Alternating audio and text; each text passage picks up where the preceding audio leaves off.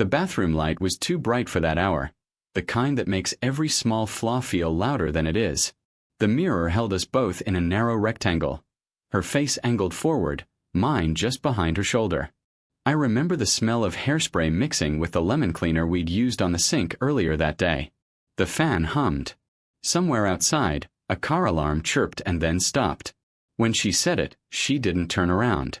She said it the way people read out weather updates, neutral, efficient, already moving on. I nodded because nodding felt easier than asking for clarification. I remember the soft click of the mascara tube as she closed it. I remember my own breathing sounding unfamiliar, shallow, like I was borrowing someone else's lungs for a moment. My name is Daniel. I'm 28 years old. I work as a junior project manager at a logistics firm downtown, the kind of job where you spend your days smoothing other people's mistakes and your evenings convincing yourself that's a skill, not a habit. I've always believed calm is a form of respect. If you don't raise your voice, you're still in control of the room. That belief has served me well.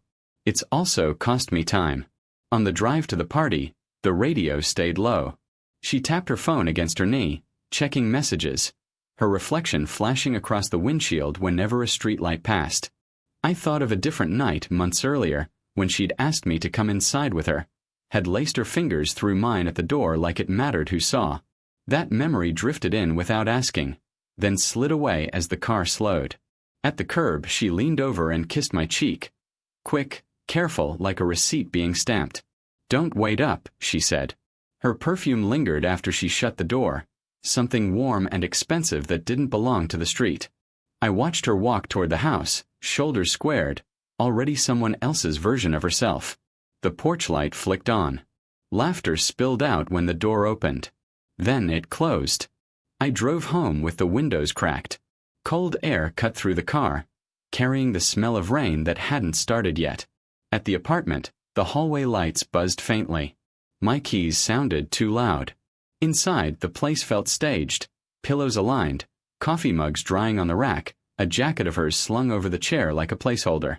Silence settled in, heavy but not hostile. I stood there longer than I needed to. I thought of Marcus, my coworker, who drinks his coffee black and always leaves meetings 5 minutes early because he hates goodbyes.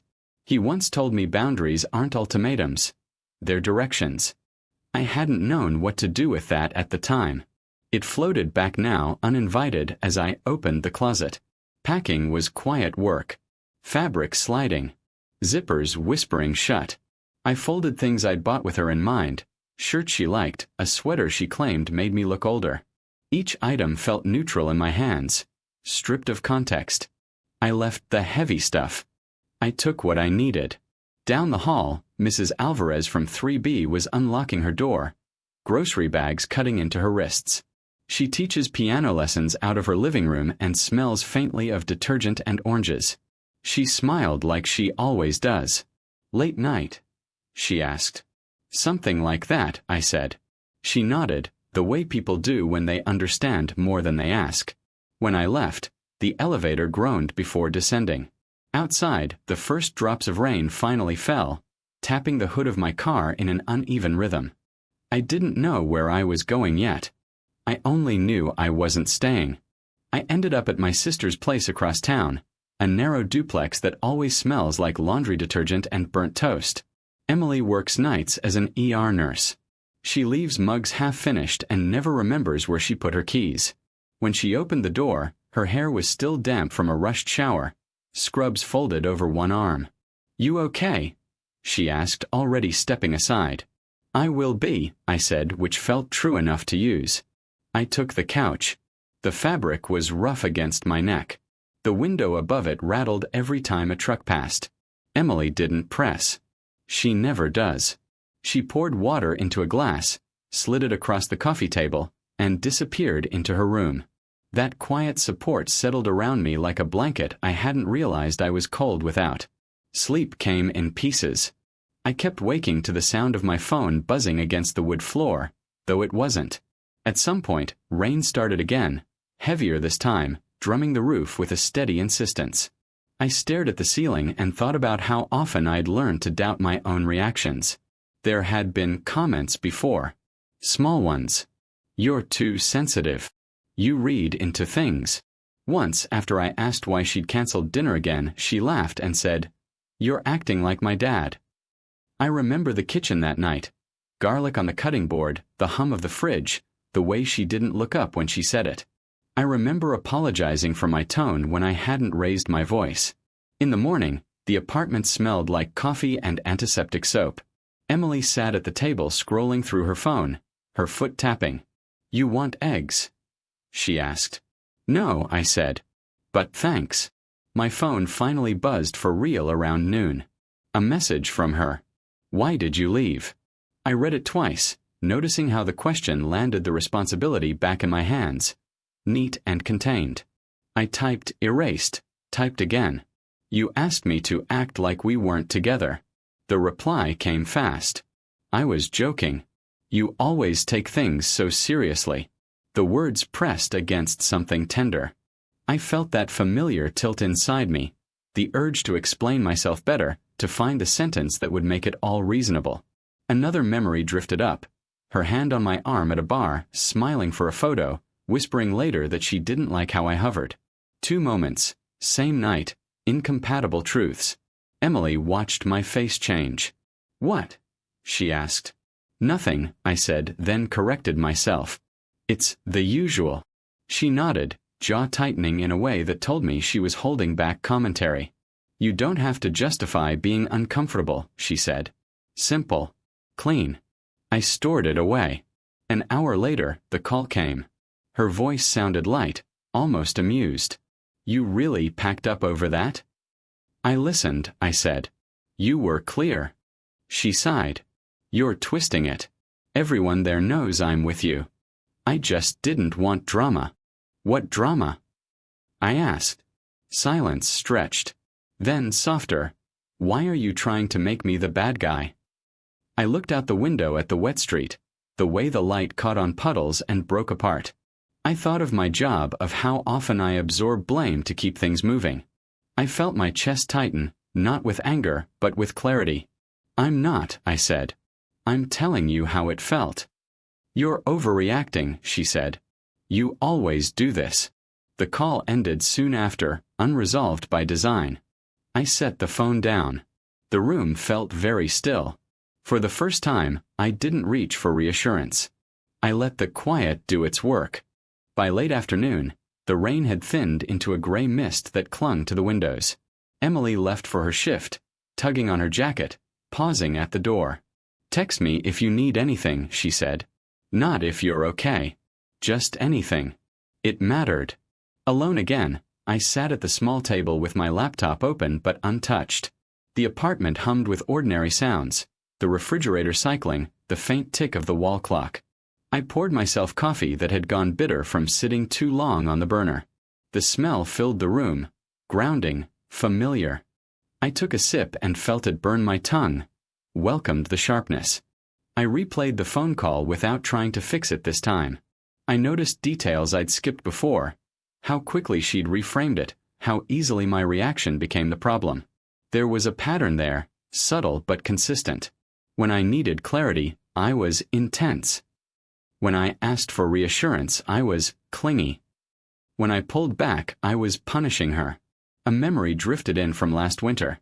Standing outside a restaurant, breath fogging, her laughing with a group of friends while I waited a few steps away. Someone had asked who I was. She'd said my name, not my boyfriend. It had been small. I'd told myself small things didn't count. My phone buzzed again. This time, a notification from a mutual friend, Liam, who works in sound design and always sends voice notes instead of texts. "Hey man," the message read, followed by a photo. I hesitated, then opened it. The image was grainy, low light. Her at the party. Her arm around someone I didn't recognize. Close enough that there was no space for ambiguity. I felt something in me go still, like a held breath finally released. Not rage. Not shock. Just confirmation. Another message followed. "Didn't know you guys were on a break." I stared at the words until they lost their shape. The room seemed to sharpen around me. The edge of the table, the hum of the light, the smell of coffee now cold. I realized I wasn't shaking. That surprised me. I'd always imagined this moment would feel louder. She called minutes later, as if on cue. I let it ring twice before answering. "Why are people saying things?" she asked, defensive already threaded through her tone. "Because they saw you," I said. "With friends," she replied quickly. "You're spiraling." I thought of the photo, of the way her hand rested, casual, practiced. I thought of all the times I'd talked myself out of what I saw because trusting her felt easier than trusting myself. "I'm not spiraling," I said. "I'm stopping." A pause. Then irritation. "So you're listening to everyone else now?" "I'm listening to myself," I said, and felt the truth of it settle. She laughed softly. "This is dramatic." I pictured her in the bathroom mirror the night before. The even tone, the way she didn't turn around. I remembered the weight of my suitcase, the sound of the zipper. I remembered how calm I'd felt driving away, how that calm hadn't broken. "I'm not coming back," I said. "I need a relationship where I don't have to disappear to make someone comfortable." Silence stretched. When she spoke again, it was colder. "So that's it." "Yes," I said. "That's it." After we hung up, I sat there longer than necessary, letting the quiet return. Outside, a bus hissed to a stop, doors opening and closing. Life moving, indifferent. I texted Liam a brief thank you. He replied with a thumbs up and nothing else. As evening settled in, the light softened, turning the room amber. I didn't feel victorious. I felt steady. Like I'd finally set something down that I'd been carrying too long without realizing how heavy it was. Night came quietly.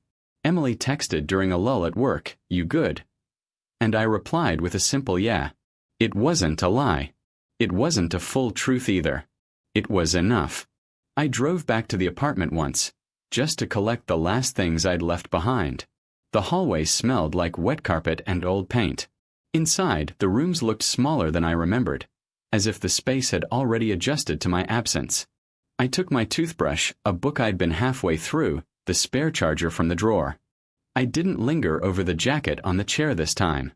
I left it where it was. On the way out, my keys echoed against the doorframe. I locked it and felt the weight of that sound. Final, ordinary. In the car, I sat with the engine off and listened to distant traffic, a siren far away thinning into nothing. My breathing slowed to a rhythm I recognized as my own. Over the next few days, the consequences unfolded without theatrics. Friends asked gentle questions. Some took sides. A few stayed quiet. At work, Marcus noticed I was more direct in meetings, less willing to absorb what wasn't mine. He nodded once, approving, and left early like he always does. Mrs. Alvarez waved when she saw me carrying boxes to Emily's place, offered oranges. I accepted them. There were moments, standing in line for coffee, folding laundry, when the ache returned, dull and insistent. I let it sit. I didn't argue with it. I remembered the night rain finally fell, the drive home with the windows cracked, the calm that arrived before I knew why. I remembered the bathroom light and the way she didn't turn around. Clarity isn't loud. It doesn't announce itself. It settles in and asks you to live with it. I did. I chose quiet over disappearing.